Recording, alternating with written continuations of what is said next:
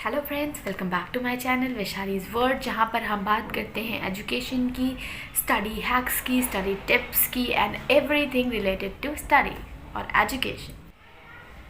सो आज मैं लेकर के आई हूँ एक नया वीडियो जो कि बेस्ड है मेरे प्रीवियस वीडियो पे जो कि था सेल।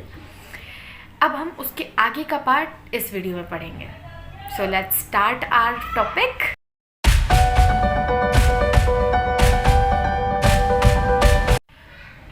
इन प्रीवियस वीडियो हमने देखा था सेल क्या है, सेल थ्योरी पढ़ ली थी, यूनिसेलुलर मल्टीसेलुलर सेल देख लिया था, सेल का शेप साइज देख लिया था। अब इस वीडियो में हम पढ़ेंगे डिफरेंसेस, किस तरीके की सेल्स होती हैं और उनके बीच में क्या क्या डिफरेंसेस हैं।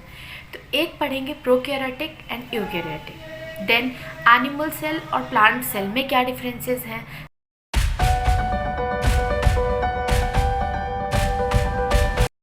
अब प्रोकैरियोटिक और यूकैरियोटिक होता क्या है।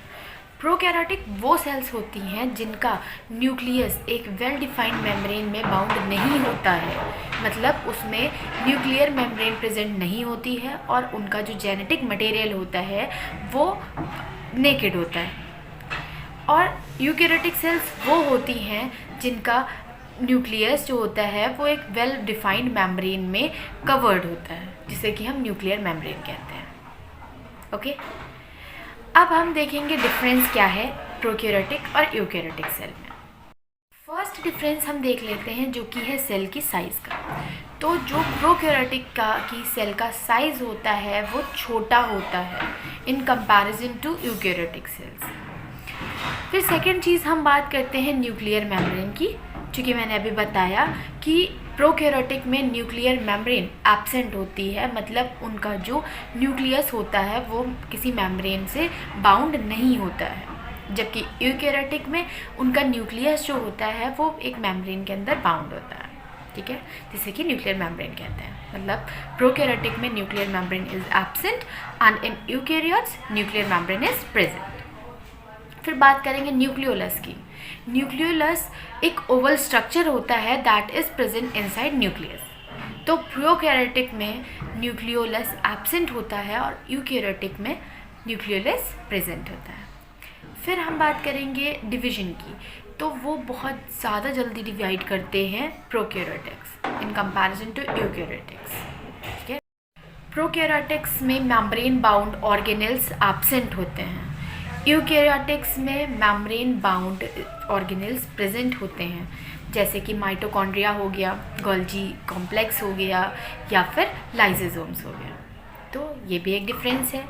फिर आता है राइबोसोम्स। तो राइबोसोम्स प्रोकैरियोटिक में 70S टाइप के प्रेजेंट होते हैं और यूकैरियोटिक में 80S टाइप के प्रेजेंट होते हैं, और उसमें माइटोकॉन्ड्रिया और एंडोप्लाज्मिक रेटिकुलम में भी राइबोसोम्स प्रेजेंट होते हैं यूकैरियोटिक सेल में।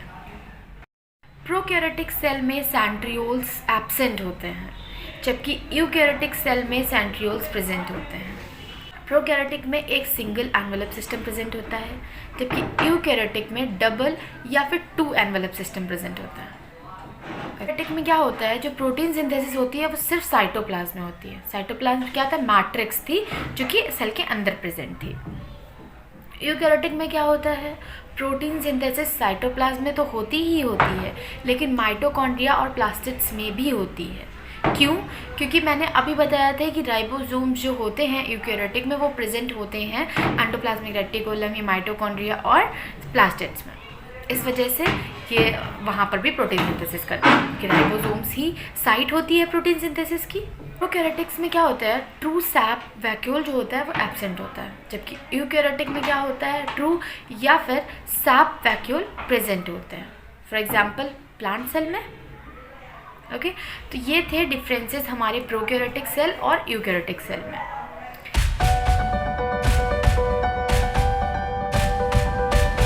तो अब हम बात करेंगे एनिमल सेल और प्लांट सेल के बीच में क्या डिफरेंसेस हैं। तो first we'll take plant cell. Plant cell क्या होता है, उसका साइज लार्जर होता है देन एनिमल सेल। सेकेंड चीज़ प्लास्टिड, जो कि सिर्फ प्रेजेंट होती है प्लांट सेल में और एनिमल सेल्स में एब्सेंट होती है। फिर सेल वॉल भी सिर्फ प्लांट सेल में प्रेजेंट होती है और एनिमल सेल में एब्सेंट होती है। अगर अब हम वैक्यूल की बात करें तो प्लांट सेल में जितना मैच्योर प्लांट होगा उसमें लार्जर वैक्यूल्स प्रेजेंट होंगे और वो परमानेंट होंगे, जबकि एनिमल सेल में वैक्यूल्स स्मॉल साइज में प्रेजेंट होते हैं और वो टेम्परेरी होते हैं। सेंट्रोजोम और सेंट्रियोल की बात करें तो प्लांट सेल में ये दोनों ही एब्सेंट होते हैं और एनिमल सेल में सेंट्रियोल्स और सेंट्रोजोम्स प्रेजेंट होते हैं। फिर प्लांट सेल में प्रेजेंट होती है क्लोरोफिल, क्लोरोप्लास्ट, जो कि एब्सेंट होती है in animal cell. Chlorophyll, chloroplast animal cell में नहीं पाई जाती है। तो ये डिफरेंस था हमारा एनिमल सेल और प्लांट सेल के बीच में। तो प्लांट सेल में जो आउटर लेयर होगी वो है सेल वॉल, फिर उसके बाद प्रेजेंट होगी सेल मेम्ब्रेन। एनिमल सेल में जो सेल मेम्ब्रेन है वही सबसे बाहर वाली लेयर है, आउटर लेयर वही है। हम इनके फंक्शंस देख लेते हैं कि सेल वॉल और सेल मेम्ब्रेन के फंक्शन क्या हैं, किस लिए ये इम्पोर्टेंट है। सबसे पहले हम देखेंगे फंक्शंस ऑफ सेल वॉल। पहला है प्रोटेक्शन। तो सेल वॉल क्या करता है, प्रोटेक्शन प्रोवाइड करता है, बचाता है सेल को। सेकेंड, मैकेनिकल इंजरीज से भी प्रोटेक्ट करता है इसको। फिर थर्ड है ये कोई भी सब्सटेंस को अंदर आने और बाहर जाने में हेल्प करता है। फोर्थ है कि ये कोई भी पैथोजेंस लाइक बैक्टीरिया हो गए, कोई भी पैथोजन जो है वो अटैक ना कर पाए सेल को, ये भी ये देखते हैं। शेप को भी मेंटेन करता है सेल वॉल और प्लस क्या करता है, दो सेल्स के बीच में इंटरेक्शन को सेल वॉल बनाता है। ये एक बैरियर प्रोवाइड करता है किसी भी अनडिज़ायरेबल मैक्रोमोलिक्यूल से।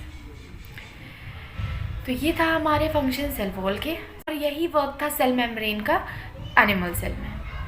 जो ये प्रोटेक्शन का भी काम करती हैं और शेप को मेंटेन करती हैं। इस वीडियो में हम लोगों ने डिफरेंसेस देखे, प्रोकैरियोटिक यूकैरियोटिक के बीच में डिफरेंस देखा, एनिमल सेल प्लांट सेल के बीच में डिफरेंस देखा, और सेल वॉल सेल मेम्ब्रेन के फंक्शन पढ़े।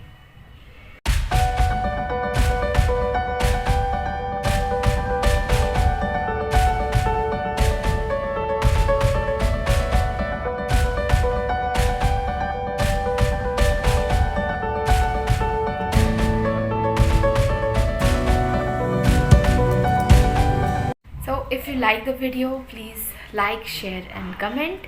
बाकी जिन लोगों ने अभी सब्सक्राइब नहीं किया है तो जल्दी जल्दी सब्सक्राइब कर दीजिए।